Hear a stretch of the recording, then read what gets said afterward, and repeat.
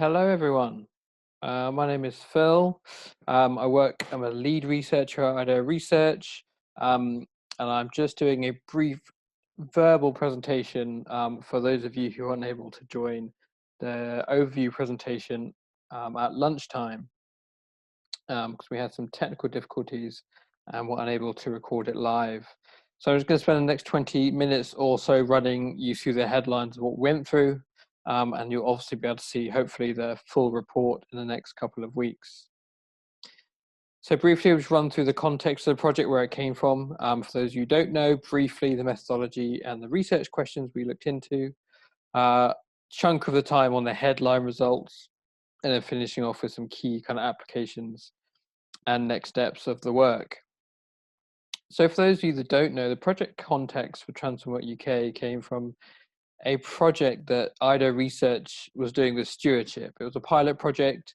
It was about how can we better help Christian ministries articulate the impact of what they're doing, and hopefully increase that impact as well, with a particular eye on how can we make a method of doing this that enhances income from funders and allows individual donors of various kinds, including high net worth donors and also your sort of regular donor, to be able to understand the impact organizations they are funding or want to fund are having. So it sat within this project, and we engaged with Transform UK to help them think through what impact that as an organization they're having and how to articulate this well. Fortunately, as part of this work as well, Stewardship funded us to do some further deeper engagement with a smaller set of organizations. And as a small organization, without the resource to do it otherwise, Eido was able to work with Transform Work UK to do this survey we're talking about, to actually gather some statistical evidence of both the case for support and also the impact that Transform Work UK and Christian working groups have.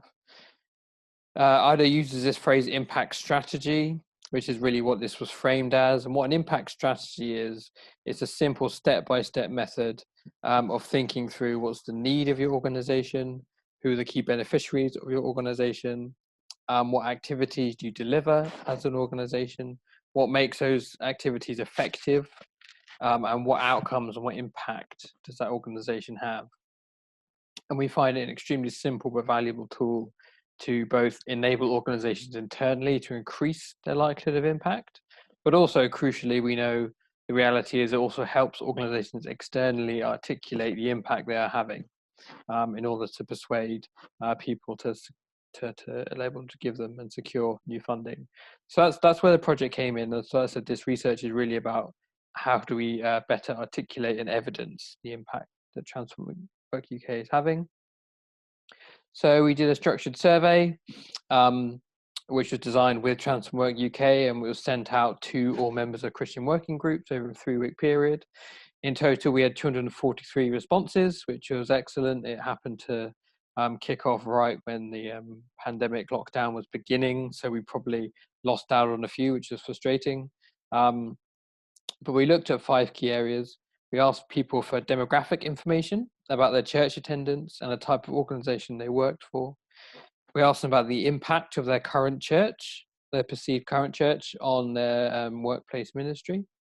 We asked for their level of involvement and activity within their Christian working group, the impact that they said their Christian working group had upon their own workplace ministry, and finally, the impact they'd seen that the CWG had on the organization. So not on themselves, but the organization. I will go through the headlines right now, but just to say there is a fuller report which goes alongside this, which is just being finalized. So hopefully you get a copy of that, but this is hopefully a verbal overview of what the key headlines are going to be. Lastly, actually on the method, just so you know the key 8 areas we're asking about. I won't read them all through, but these are the 8 areas that we, with Transform Work UK, decided were kind of key areas of personal workplace ministry, that people needed various motivations and various abilities and sense of being equipped to do workplace ministry. Feel free to pause the video at this point if you want to read them through, but you will see these crop up kind of throughout the presentation.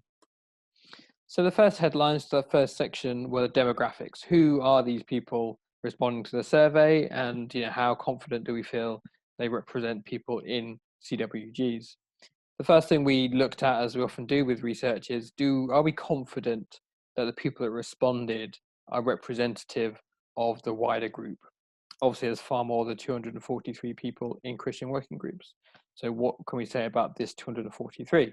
The first thing we did is we looked at whether the location of their Christian working group matched the locations across the UK of all registered Christian working groups with Transform Work UK. Fortunately, actually the match was almost perfect. Again, more details out in the full report, but basically what it tells us is that the areas of the country with the most CWGs had the most responses. Those with the least number of CWGs had the least responses. So we're pretty confident that, at least geographically speaking, these results are representative of the CWGs across the UK currently. The second bullet there is basically being able to pull out a profile of who these Christian working groups, members of the Christian working groups are. They're generally Christians, have been for a long time. So 77% have been a Christian for 20 years or more. They attend church regularly, 91% said that. They generally work for very large organizations. 89% of respondents worked for organizations with more than 500 employees. And generally, although less, still a majority, but not quite as strong, have been in those organizations for a long time. So 64% have been there 5 years, and I think it was something like 40% had been there for 10 years. So we're talking about quite a long time as a Christian, very engaged in church. Large organizations have been there for a while. We also noted when we looked at this that actually, because there's a disproportionate number of Christian working group members in large and particularly public sector organizations, I think it was 51% in public sector organizations, this is not representative of the UK workforce. So there's an estimated 48% we looked at of the working population probably work for private, small, medium enterprises, SMEs, and therefore, based on this survey anyway, they're probably not going to be directly influenced by Christian working groups at this stage.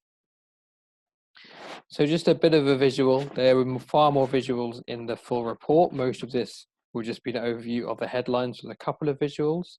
But later on throughout this presentation, when we start looking at the relationship between two factors, so for example, whether activity predicts impact or whether demographics predict activity, we'll start talking about relationships between those kind of two questions on those two factors.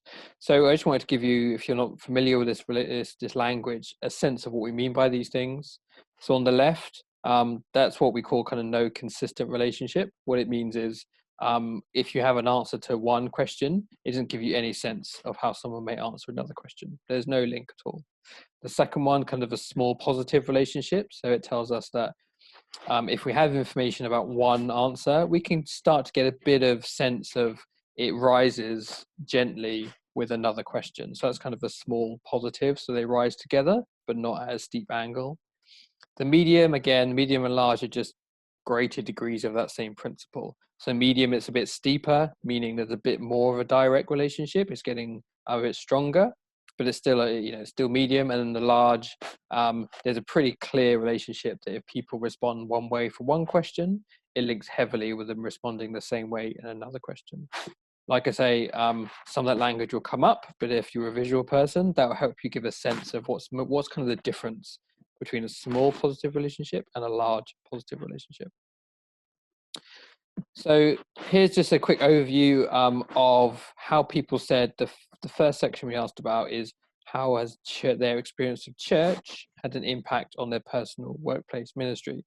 So here are those 8 areas, and you can see that generally speaking, we asked an agreement score. Do you agree with these statements on 1 to 100? And you can see that all of them are above 50, which means that generally speaking, all the respondents agreed that their churches encouraged and equipped them in these areas in various ways. There's still quite a range. The highest one is equipped to demonstrate faith through conduct in the workplace. That's 75 out of 100. So you're getting towards a pretty good agreement there. whereas the least common one, which is obviously interesting for Transform Work UK, is only 58, average 58 out of 100 said that their church encouraged them to build networks with other Christians where they can positively change their workplace. Quite an interesting finding, especially given that these were not just general members of the population. These were people who are attending CWGs. So it's very hard to know if that number would be even lower with the general population or not. We can't really speak to that, unfortunately. But the key thing here is that actually people are saying in their experience that their churches are encouraging workplace ministry more than not. This next slide, that top one just kind of says what I said. Again, the second one saying that the lowest common area, which we will come back to later in this presentation, was being encouraged to meet with others. We did ask everyone then, in their own words, how does their church encourage workplace ministry? And kind of 4 key themes came out. People talked about foundational, biblical, and other teaching.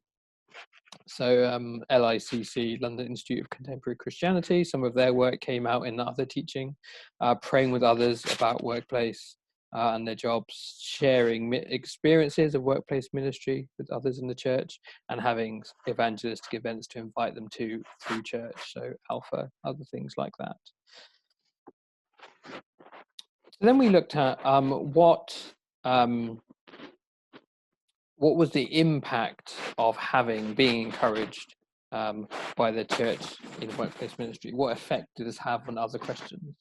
The first one, which was the most surprising in many ways, is that people who said their church encouraged their workplace ministry, that had no relationship. So you can remember those graphs, it's on the left. There is no link, no relationship between that person engaging more often in CWG activities or their CWG being more effective overall. So there's something interesting happening there where even if they say their church encourages workplace ministry, it does not affect how they engage with their CWG. It does not affect how effective their CWG is. Interesting. There's more discussion of that in the report. The only specific encouragement that did seem to have a link with both an individual's engagement with their CWG in terms of activity and the effectiveness of that CWG was if that church encouraged Christians to network with other Christians in the workplace. Now recall that was the area that they said overall their churches were least likely to do. However, it is the only church encouragement that seems to link to CWG engagement and CWG effectiveness. So overall, in the summary of this kind of church support section, there is a suggestion here. We would say that church-based support for workplace ministry is not particularly effective.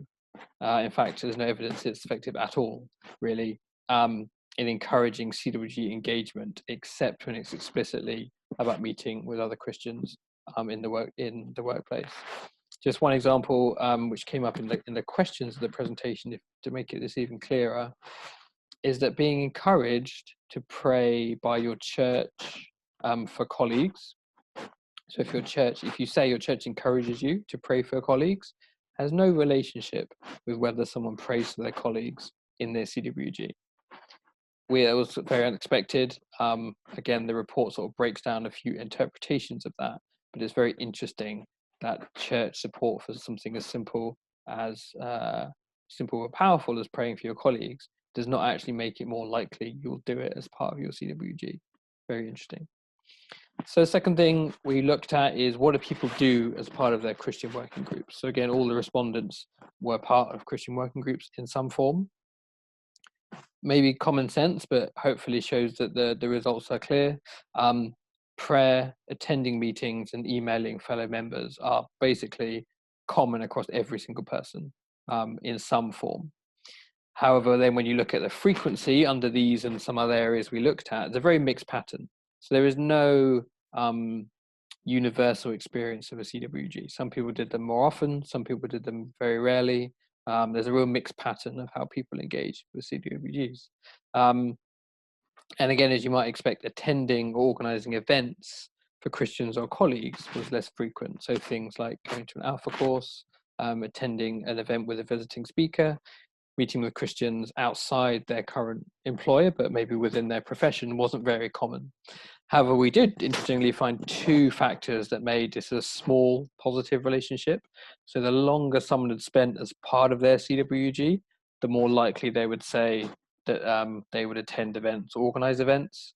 And also, interestingly, we found that larger employers, people that worked for larger employers, were more likely to attend or organize events for non-Christians or outside of their CWG. So yeah, that was quite an interesting mixed bag. So we delve into that a little bit more. We then asked about the third area, which is, okay, so we know what activities they did as part of their CWG. What impact did they say it had on them individually, them personally? First thing, and the next slide show this a little bit more, is that overall respondents said their CWG was more influential on their workplace ministries than their church. So we asked exact same questions about church as about the CWG and compared the two. And across every one of those 8 areas, people said that the CWG was more influential on them. They agreed with it more often than their church.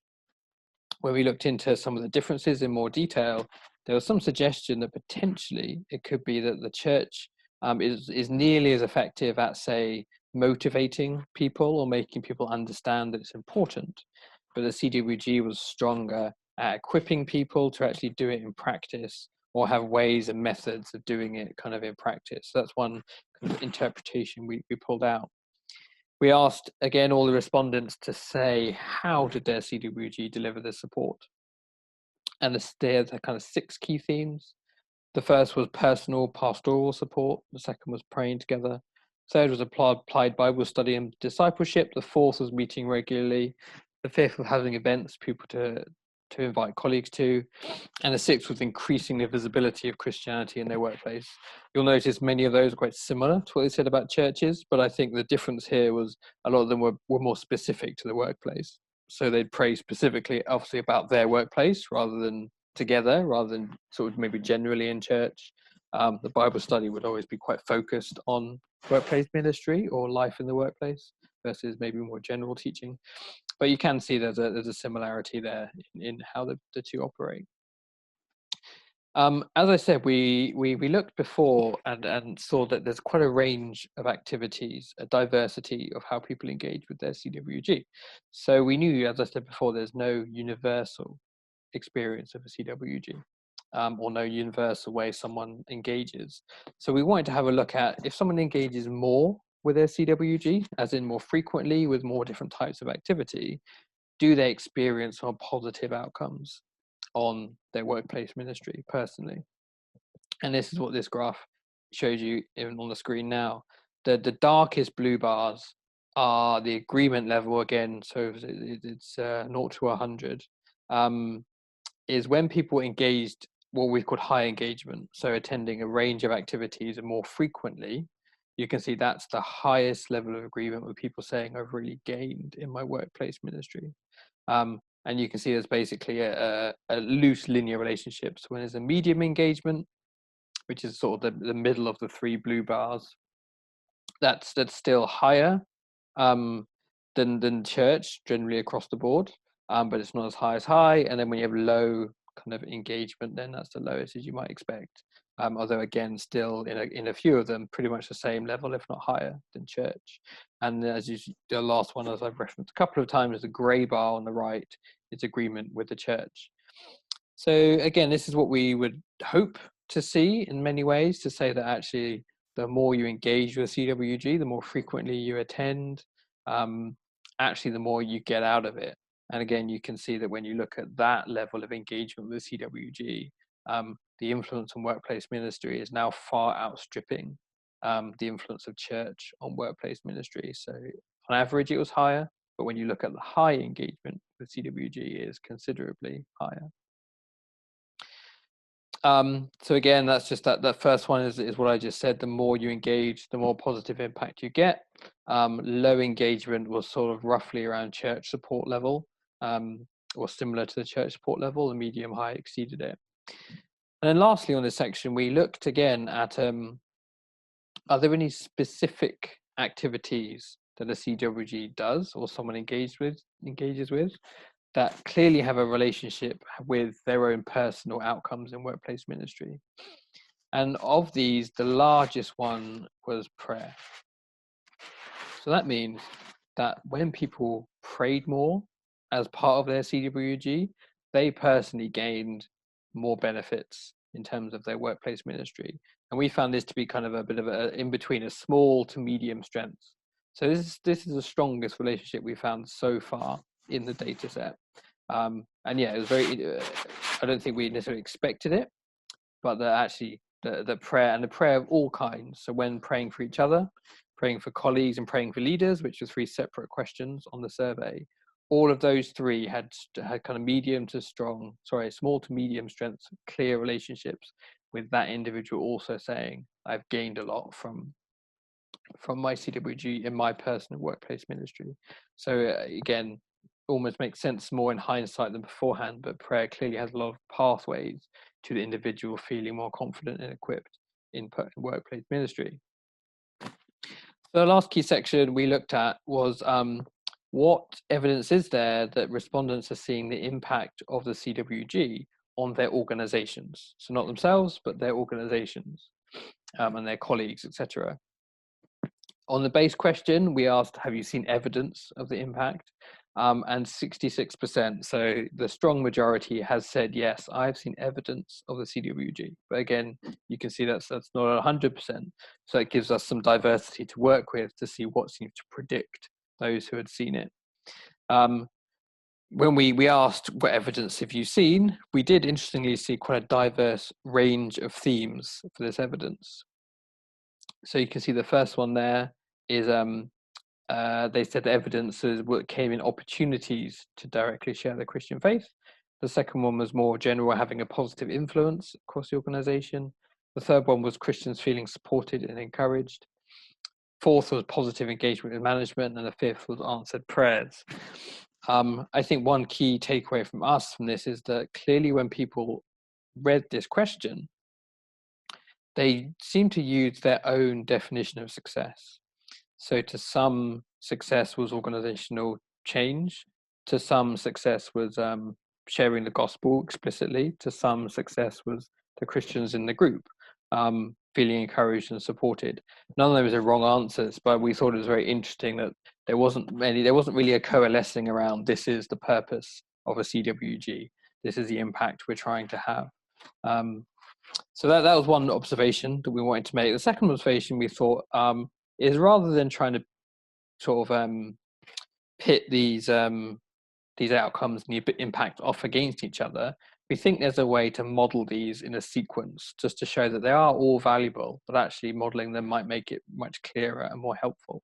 So we suggested that potentially simplifying it somewhat, you could model the impact of a CWG on their organization in this kind of virtuous cycle. So perhaps, and again, this has resonated with some Transform UK ambassadors who we've spoken to about these results, is the first thing that has to happen is that the CWG, the Christians within that group, gather, pray, and feel encouraged in the workplace.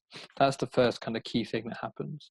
When that happens, maybe what happens next is they then feel more confident and they actually run events within the organization, and those events begin to have a positive influence.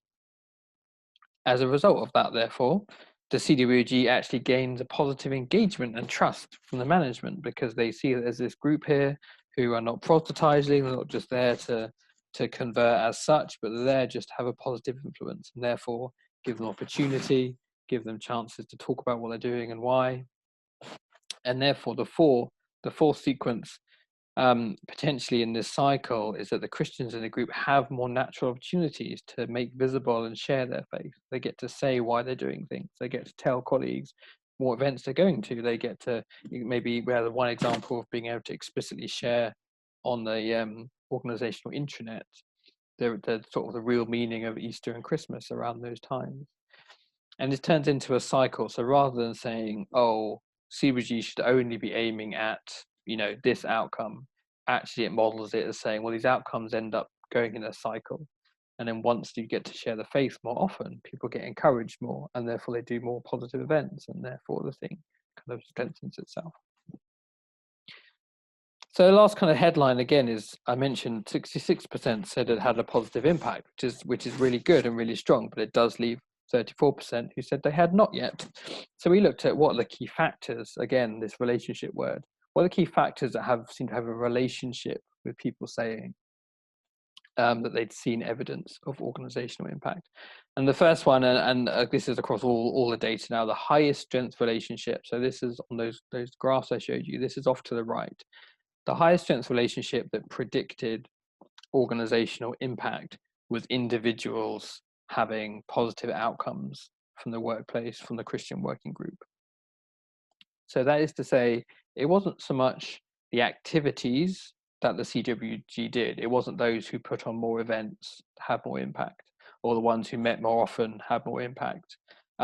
It was the ones who, in what they were doing, clearly were benefiting the members in their own personal workplace ministry, which then correlated the highest with people seeing evidence of workplace impacts and organizational impact. The three key personal outcomes that were the most influential were confidence to let people know they were a Christian, being equipped to engage non-Christians and people of other faiths, and being equipped to demonstrate their faith through conduct at work. This is really, if you've been paying loads of attention, and full marks if you have, you may have spotted that two of those were quite high with how people said their church influenced them. However, when the church delivered those outcomes, it didn't have any effect on the effectiveness of CWGs. When the CWG delivered those outcomes, it had an extremely clear and high effect on the CWG having an impact. So there's something about the CWG delivering these kind of specific equipping behaviors and equipping activities that allow the CWG to have a positive impact. The last thing we found, again, just to really emphasize this, as we think it's important, is when we did look at the effective activity, and it's not that there was no relationship, but that the outcomes above were higher. But the one activity we did find that had a clear relationship in and of itself was, again, prayer. So that is to say, the more a CWG or people involved in that CWG prayed together, this had a kind of medium strength relationship with evidence of the impact of the organization. So prayer, as we saw in the last couple of slides, drives individuals' outcomes as part of the CWG, but it also seems to drive organizational outcomes as part of the CWG. So that's, again, it really shows that there's something really powerful happening here. Very different ways that prayer is critical within CWG activity. So to finish off, what we did is how Eido try and do our work in a way that's very easy to apply. So this next set of slides I'll quickly run through, but again, you might want to pause to read them in more detail if that's helpful, is what could be done in terms of the strategy of different stakeholders to make workplace ministry more effective based on this analysis. The first one is you can increase encouragement of Christians to join with other Christians in the workplace. So it's churches, they can encourage Christians to join. And I think there's still something to say about churches continuing to lay a foundational theology. As an organisation, Transform UK, we could think about defining a set of cross-cutting success outcomes that all CWGs could aim towards in terms of transforming their organisation. So being flexible in other ways, but really being clear what success, what impact looks like. Maybe think about developing ways to engage employees of smaller organizations. As we said, that could be a gap. Facilitating prayer, which we identified as being a key activity, but also specific skills in sharing the faith and sharing results from this analysis. And then lastly, sort of echoing that as well, for particular CWGs, placing prayer as a core activity, in focusing on enabling people to confidently share their faith, focusing on one or two core success impact outcomes to focus on, and reviewing the analysis. And again, lastly, I'm not going to go through all of these, but we've written out 8 key strategic messages that Transform Work UK could take and put in kind of any piece of comms or fundraising or whatever it is, internal comms, external comms, that are true on the basis of this analysis. So there's 8 of them here, which echoes some of what you just said, but it's very kind of externally focused. So feel free to pause on those. But again, all of this is in the report, which hopefully will be made available. And then just so in case you're wondering what happens next, we'll be continuing to work with Roz and her leadership team to format the final report. All this analysis and insight can be used straight away in any way the organization is choosing. And then just to finish the circle we started to begin with, this will be shared with Stewardship as part of that work we did with them. It will turn into a bit of an exemplar for how other people could commission this kind of work for their own charities. And then we'll add some of this evidence to what we're building with Transform UK, which is this impact strategy document of what makes the organization effective and how can you give confidence that you are a high impact organization. So that's all. I think I've gone more than my 20 minutes, but I enjoyed it. So I hope this is helpful for you guys who couldn't make the lunchtime presentation. And yes, we're looking forward to sending the report for you guys to use in the next couple of weeks. If you have any questions, then feel free to get in touch with Roz, and she can either answer them directly or maybe come through to ourselves at Eido. Yes, great, thanks.